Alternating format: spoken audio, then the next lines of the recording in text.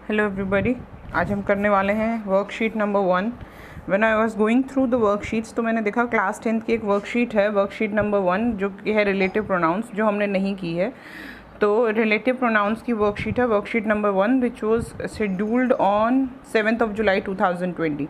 वो वर्कशीट हम करने वाले हैं। The topic is very interesting, relative pronouns, how to use pronouns in a relative situation when we are suppose to relate clauses को आपस में जोड़ने के लिए रिलेटिव प्रोनाउंस का हम यूज़ करते हैं। चलिए शुरू करते हैं worksheet says a relative pronoun is a type of pronoun that often introduces dependent और relative clauses in a sentence में जब एक से ज़्यादा सेंटेंस को मिक्स किया जाता है, यानी कि छोटे छोटे क्लॉजेज डाले जाते हैं जिनका मीनिंग सेंटेंस को रिलेट करने के लिए जिन प्रोनाउंस का यूज़ किया जाता है, मतलब उस क्लॉज को उस सेंटेंस से मैच करने के लिए, जोड़ने के लिए, कनेक्ट करने के लिए हम भी यूज़ रिलेटिव प्रोनाउंस। तो ये सब्जेक्ट और ऑब्जेक्ट ऑफ द सेंटेंस भी हो सकते हैं। Subject and object of the sentence normally एक शब्द होता है, लेकिन क्लॉज का यूज़ तब किया जाता है जब आप सब्जेक्ट या ऑब्जेक्ट को डिस्क्राइब करना चाहते हो, आप चाहते हो कि उसको पूरा बताया जाए। चलिए शुरू करते हैं। हु होता है बेटा, relates to the subject living. जो लिविंग चीज़ है उसके लिए हम हु यूज़ करते हैं, और सेम सिचुएशन में हम विच यूज़ करते हैं।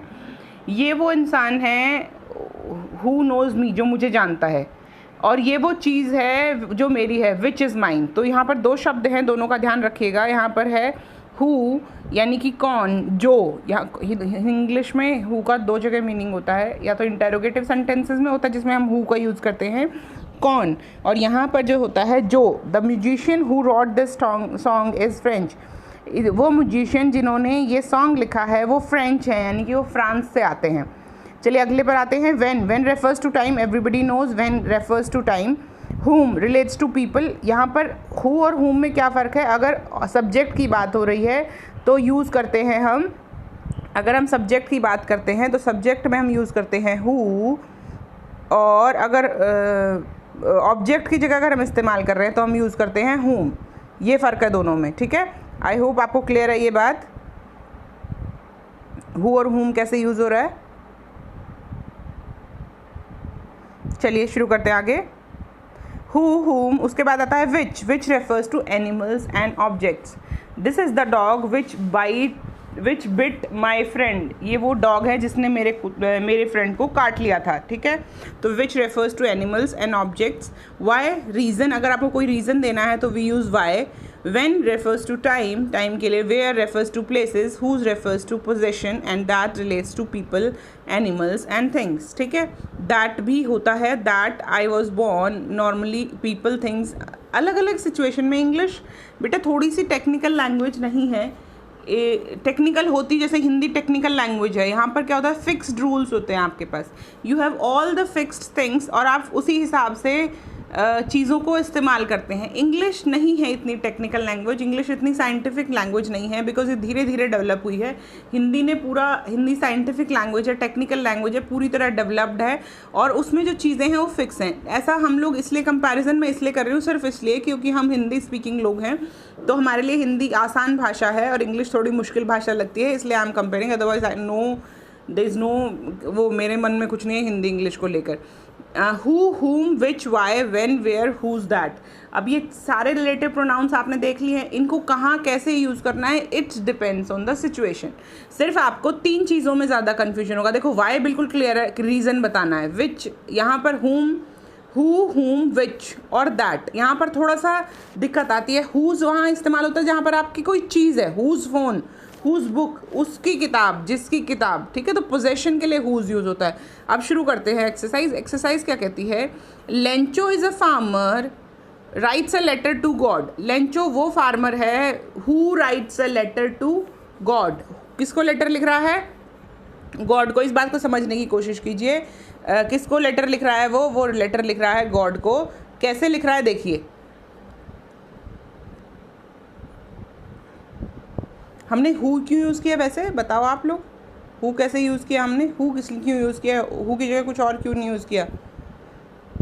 कारण मैं बताती हूँ। हु हमने इसलिए यूज़ किया बेटा क्योंकि यहाँ पर तीन ऑप्शन थे, हु, विच और whom। चलिए शुरू करते हैं। Lencho is a farmer who writes a letter to God. यहाँ पर हु क्या बनता है, जो।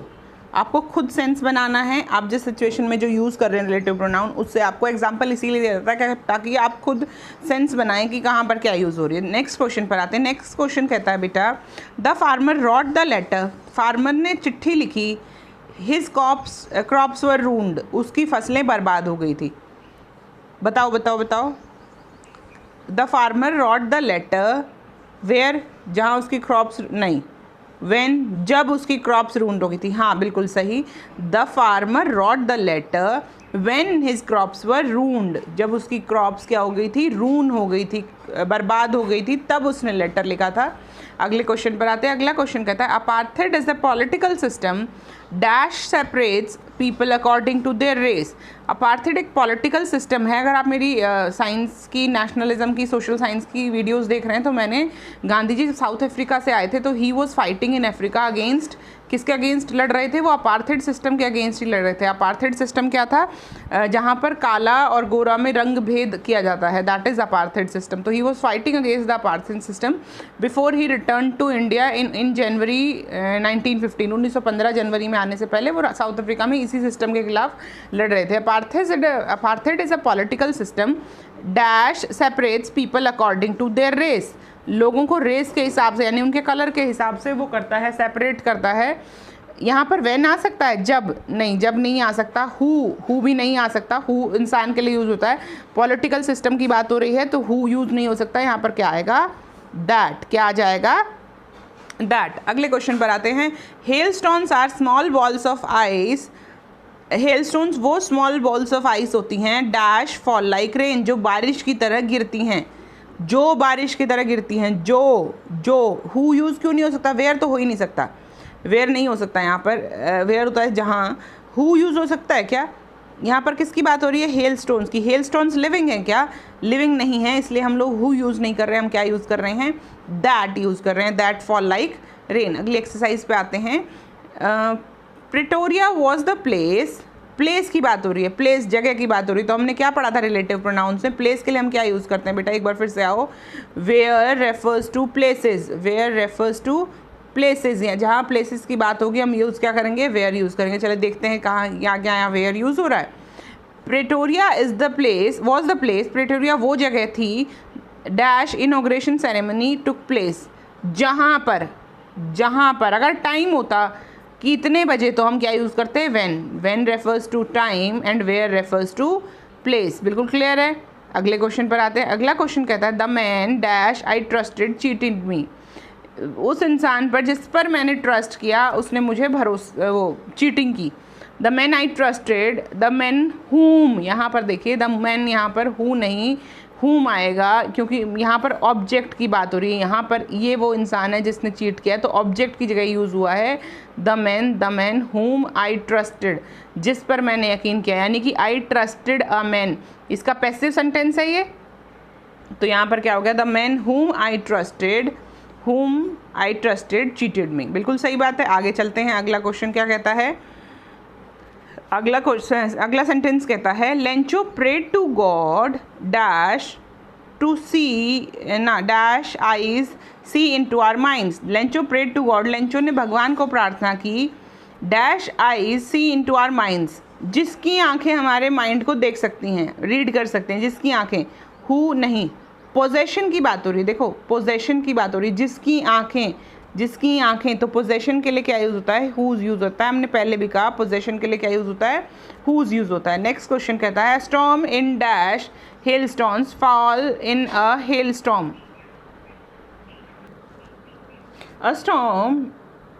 स्टॉर्म एक स्टॉर्म की बात हो रही है, स्टॉर्म को एक्सप्लेन करना है। A storm dash hailstones fall is a hailstorm.